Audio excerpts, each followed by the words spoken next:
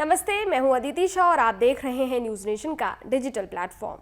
Reserve bank of India यानी RBI ने 2000 के नोटों पर बड़ा फैसला लेते हुए इसे चलन से वापस लेने का ऐलान किया। ये फैसला क्लीन नोट पॉलिसी के तहत लिया गया। नोट बदलने के फैसले पर कई सवाल भी उठ रहे हैं कि आखिर नोटबंदी के इतने साल बाद 2000 के नोट को चलन से बाहर क्यों किया गया। इस बीच प्रधानमंत्री के पूर्व प्रधान सचिव नृपेंद्र मिश्र ने कहा है कि पीएम मोदी 2000 का नोट लाना चाहते ही नहीं थे।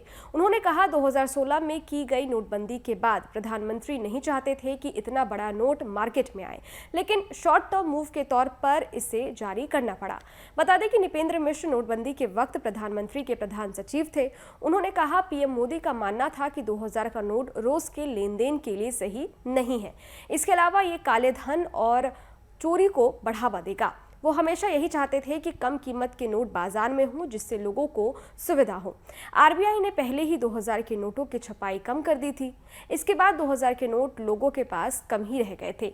एटीएम से भी 2000 के नोट नहीं निकल रहे थे। इन नोटों का पहले सर्कुलेशन कम किया गया और अब 30 सितंबर 2023 से इन्हें पूरी तरह बंद करने का फैसला लिया गया है।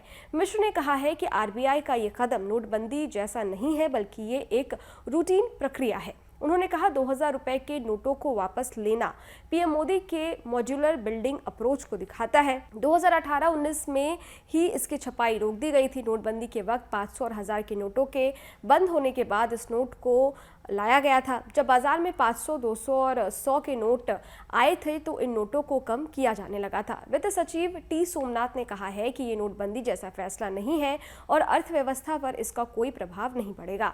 वहीं आरबीआई के 2000 के नोट वापस लेने के फैसले पर पहली बार बसपा प्रमुख मायावती ने अपनी प्रतिक्रिया दी है।